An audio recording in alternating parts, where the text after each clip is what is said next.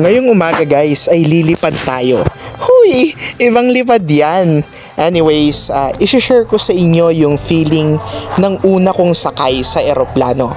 At isi-share ko ito ng on-the-spot voice record. Ibig sabihin, nagpe-play yung video habang nagkikwento ko sa inyo ng aking feeling that time. Alam nyo, I love it. Hindi lingid sa kaalaman ng lahat na mahilig ako sa eroplano. Kaya naman, it was one of a kind experience. Pero si Cebu Pacific, imbes na 3:30 yung aming biyahe, yung aming flight, ginawa niyang 5:30. Grabe naman yung 2 oras na delay. And then ito na nga yung pumipila na kami para ma-scan yung aming QR code. And hindi ko nga naintindihan yung sinabi ng ate. Sabi niya pala, for a while sir. Hindi ko naintindihan kaya pinaulit ko. Grabe naman yon. And then hindi nga pala kami dun sa may mismo nga parang connecting bridge ng eroplano sumakay, kundi nagbus muna kami papunta doon sa tarmac ng eroplano. Doon kami sumakay. Ang biyahe namin ng bus nasa around 5 minutes lang naman, mabilis lang. And then tinanong nga sa akin dyan ng kapatid ko, or parang sinabi ng aking kapatid ay bawal?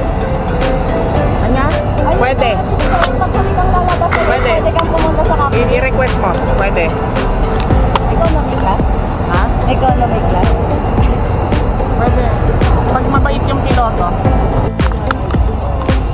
kung pwede daw bang makipicture dun sa cockpit after naming bumaba mamaya.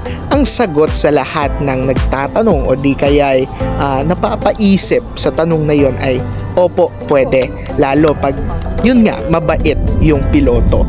And di ko makakalimutan yung feeling na amazed pa rin ako na yung maririnig mo yung extenders ng eroplano, yung flaps ng eroplano na humahaba para magkaroon ng lift yung eroplano sa kanyang wings, and yung feeling na biglang bibilis sa may isang bandang part bago kayo ang tawag doon is parang airborne, no? Bago kayo ma-airborne, ayun.